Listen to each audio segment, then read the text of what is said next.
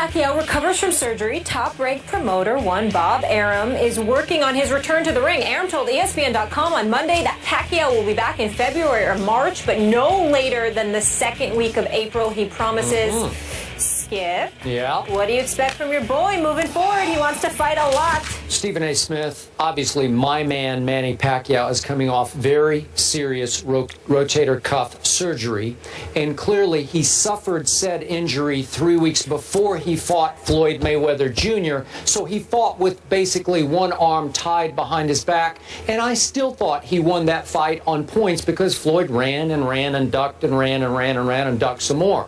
We know that. So now Floyd Mayweather Jr. has retired after he, quote-unquote, fought Andre Berto. Well, I can guarantee you Manny Pacquiao will not fight any Andre Bertos as he rebuilds himself toward fighting condition and will then challenge Floyd again. But obviously Floyd is now retired, so he will run and duck into retirement, and I don't think they'll ever fight again because Floyd would be afraid to fight a Manny with two arms instead of one. Well, Manny Pacquiao will come back to the game of boxing. I mean, he is obviously one of the great ones. Here's hoping he doesn't get put to sleep. It doesn't look like if he took overdosed on Ambien. Let's make sure that nothing like that happens to him. David Garcia, I still think is probably a little bit too small for him. Keith Thurman is a fight that I would like to see. I'd like to see him fight a Canelo Alvarez or a rematch with a Freddie Roach-trained Miguel Cotto. Who will Freddie Roach pick in that particular situation to train?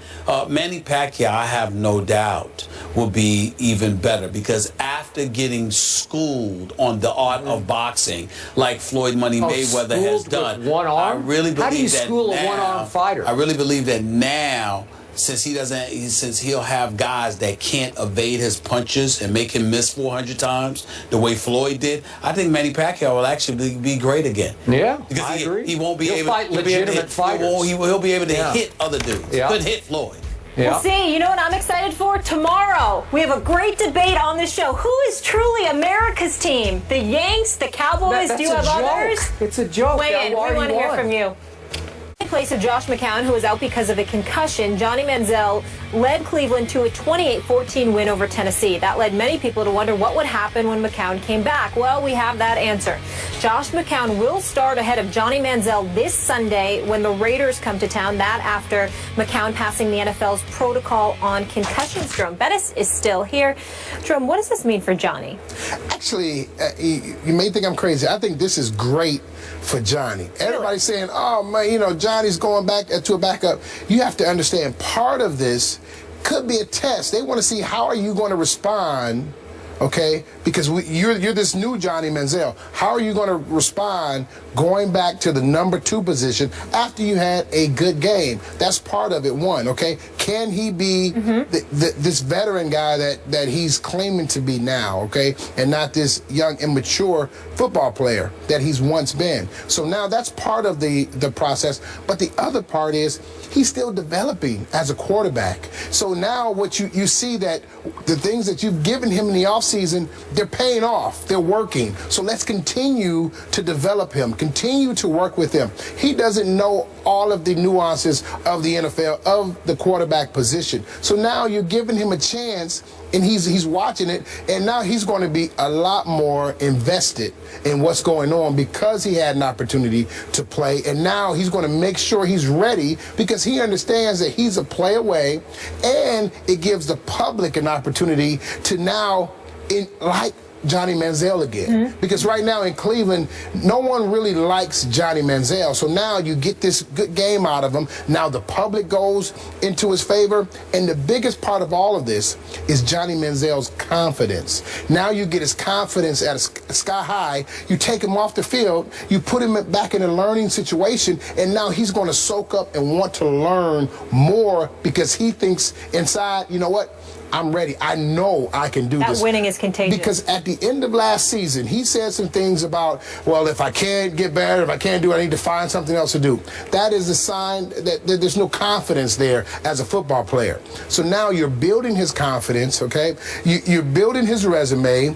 You're building his fan support. You're doing all these positive things, and he's learning at the same time. And you give yourself an opportunity to bring him off the bench as a spark plug if you need him. So I think this is nothing but a positive situation for Johnny Manziel, as long as he sees it that way and still understands that he has a great opportunity to get better. You buying that? Yeah, I buy it. He has to see it as an opportunity to get better. I think he will, because I think the presence of McCown helps that. If you had a quarterback that wasn't willing to help you, that was experienced enough and wasn't willing to share those experiences with you and help guide you to elevate you, that would be different. But the fact that you're playing behind a quarterback that's willing to do that for you, I think goes a long way to facilitating Johnny Manziel's growth. And I think as long as he sees that, he's willing to learn. Because I think that, you got to remember, this would be far more difficult for him if it was the Johnny Manziel straight out of Texas A&M, who never played in the NFL, who believed he was it and who was this guy. But the fact that he struggled the way that he struggled last year, went through what he went through, plus had the off-season or off-the-field issues that he had, I think that that's humbled him to a point where somebody is gracious from just from a human perspective, as Josh McCown is. I think that helps Johnny Manziel immensely. But Jerome, back to your point about how nobody in Cleveland likes Johnny right now. I think if you left this to a fan vote, Johnny would win the starting job against the Oakland Raiders this Sunday. You disagree with that? No, I believe he possibly would, but you know, that's that one game, we love you, and then you have a bad game, and then you go back to the bottom of the heap. Look, do I think this current regime featuring Mike Pettin and Ray Farmer, do I think that they believe they have a little better chance to beat the Oakland Raiders with Josh McCown than Johnny Manziel? I believe that. I believe they would like Josh to play every game from here on out through the rest of this year, because they think Josh could save their jobs better than Johnny could save their jobs at this point in Johnny's growth. I said this to start the show, and I'm going to stick by it. On draft night, Patton and Farmer were not remotely on board with even drafting Johnny Manziel. So when the owner overrules you and the quarterback coach is on your side, he's no longer there. He's been replaced. It's a bad situation from jump, because you're with two guys who are the two primary football decision makers who do not believe in you and your very unusual skill set. And as I always say, you either gulp the Johnny Kool-Aid or you're going to spit it out, because it's going to have a bitter taste to you, because it is completely unconventional. I think it makes them nervous. Josh McCown makes them very comfortable. So I'm not surprised they went back to Josh, though I think the fans, especially the season ticket holders, would rather lose with Johnny than lose with Josh, because it's just a lot more fun. It's a lot more fun to watch, right? So they're doing what they need to do to save their jobs, which I don't think will get saved at all. I think this will be their last year, one and done this year.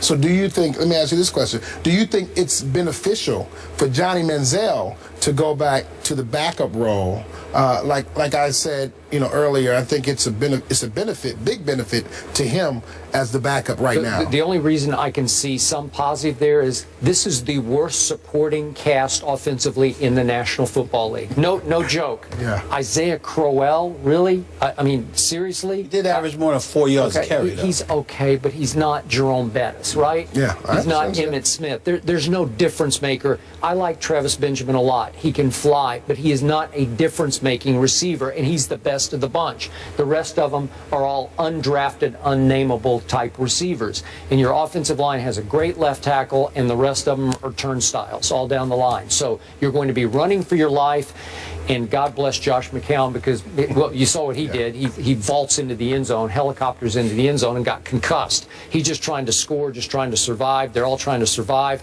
I hope Johnny winds up somewhere else. That's just me, because I think this is an unwinnable situation in Cleveland. All I know is if Josh struggles on Sunday against the Raiders, we'll be hearing the Johnny chants. Oh, yeah. Backup quarterback quickly becomes the favorite. And you know what? The Raiders are no joke to me. They're going to cause problems for everybody I they wanted play. to mention that. I'm team. surprised. I'm pleasantly surprised at what I'm seeing from the Raiders. They don't seem as pathetic as Yeah, after the first game, everybody kind of ripped him. Derek Carr was taken in the draft later than Johnny Manziel. He was. Let's see what he does. Let's see what Amari Cooper does. Yep. And some of those guys on defense, some really great pieces. Yeah. More First Take after the break. Keep it here.